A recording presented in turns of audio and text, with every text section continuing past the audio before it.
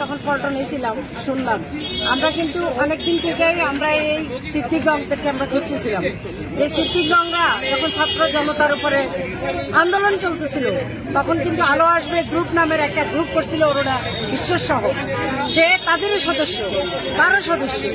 এরা টোটালি চাইছে বাংলাদেশের প্রত্যেকটা আনাচে কানাচে যত জাতীয়তাবাদী দল পরিবার আছে সবাইকে হেনস্থা করার জন্য এবং ছাত্র জনতার উপরে গরম পানি ঢেলে তাদেরকে নিহত করার জন্য, গোলাগুলি করার জন্য তারা কিন্তু সে কিন্তু শেল্টার দিয়েছেন। আর ও চরম বেয়াদব। আমি যদি সামনে ওরে খালি আমার সামনে পড়তো তাহলে ওরে ভালোভাবে আর আপ্যায়ন করতাম। ওর তো কোনো আপ্যায়নই করা হয়নি। ভদ্রভাবে এখানে থানার ভিতরে নিয়ে আনা হচ্ছে। আমাদের ছাত্র দলের ভাইয়েরা ভদ্র দেখেন, যদি ওদের মতো অভদ্র আওয়ামী লীগের মতো কুলাঙ্গার হইতো, খুনি হইতো, তাহলে ঠিকই ওরে আত্মরা করে এখন এখানে থানা শপথ করতো। তো আমাদের ভিতরে সে ভদ্রতা আছে। জাতীয়তাবাদী ছাত্র দল এবং জাতীয়তাবাদী দলের আদর্শ নীতি এগুলো শিখায় নাই, সেই জন্য ওরে ভদ্রভাবে শুধুমাত্র গেঞ্জে ছিঁড়া হয়েছে, আর কিছুই হয়নি। ওর আপ্যায়ন কম হয়ে গেছে। ও আমাদের সম্মানিত সিনিয়র ভাইস চেয়ারম্যান জনাব তারেক রহমানকে বলেছিল যে উনি নাকি খুনি, লন্ডনে বসে আছে, উনাকে নাকি লন্ডন থেকে বাংলাদেশে এনে বারবার ফাঁসিতে ঝুলানো হবে। এখন আমি আপনাদের মিডিয়ার মাধ্যমে বলতে চাই, ওই খুনি লীগের দোসর সিদ্দিক, তোর এখন কেমন লাগছে? তোরা এখন কতবার ফাঁসিতে ঝুলানো হবে সেটা নিয়ে চিন্তা কর। যে তোরা সম্মানিত ভাইস চেয়ারম্যান তারেক রহমান তাকে ফাঁসিতে ঝুলানোর কথা বলেছিস।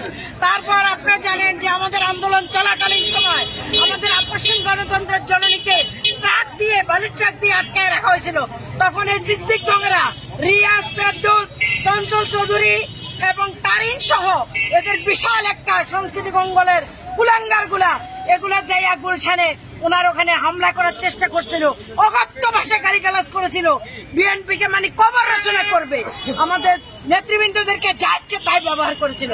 তাই এই সমস্ত খুনি হাসিনার দোসর কেউ যারা যেখানে পাবো আমরা সেখান থেকে এরকম ভাবে ধরে গণদোলা দিয়ে তারপর পুলিশের শপথ করব।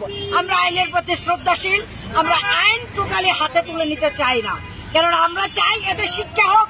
আপনাদের এই সংবাদের মাধ্যমে সারা বিশ্ববাসী দেখুক যে এই কুলাঙ্গাররা এখনো কিভাবে মুখ ফুলাইয়া চলে। এদেরকে অ্যারেস্ট করা হয় না, কিন্তু আমাদেরকে ধরে এদেরকে বের করতে হয়, আমাদেরকে এদেরকে ধরে দিতে হয়, অথচ এদের বিরুদ্ধে কিন্তু মামলা আছে।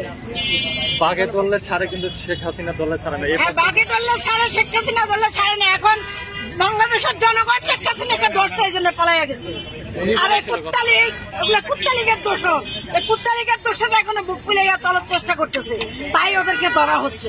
আমরা খুঁজতেছি যেখানে পাবো এই গংদেরকে, শুধু সিদ্দিক না, যারা যারা আওয়ামী লীগের দোষর ছিল, যারা যারা আওয়ামী লীগের সাথে মিলে বাংলাদেশে গণহত্যা চালাইছিল, গুম খুনের সাথে জড়িত ছিল, আমরা প্রত্যেকটা এই খুনি সন্ত্রাসীদেরকে ধরার চেষ্টা করবো। কিসের অভিনেতা অভিনেত্রী? এরা সবচেয়ে বড় হইলে এরা খুনি। যারা খুনির সাথে যারা সাহায্য দেয়, খুনির দল করে, তারা কখনো অভিনেতা অভিনেত্রী হতে পারে না। আপনার কাছে কি মনে হয় যে আগে যারা গ্রেফতার হয়েছে বা এখনো যারা হচ্ছে, আমরা আজকে আপনাদের কাছে প্রশাসন তাদেরকে কোনোভাবে সাহায্য, আমরা প্রশাসনের কাছে জোর দাবি জানাবো, প্রশাসন যদি কোনো মতে কোনো উপরের উপদেষ্টার ফোন পাইয়া এদেরকে ছেড়ে দেয়, তাহলে আমরা প্রশাসনকে বলবো এটা তারা আইন বিরোধী কাজ করেছেন।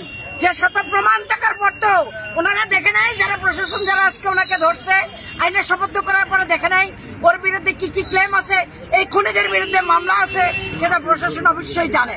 আমরা চাই কোনোভাবে যেন খুনিদের ছাড়া না হয়। এই খুনিদের ছাড়লে এরা কিন্তু আবারও সেই জাগ্রত হয়ে উঠবে। ওরা এখনো আবার বুক ফুলে বিভিন্ন জায়গায় জায়গায় মাথা ছাড়া দিয়ে ওঠার চেষ্টা করছে।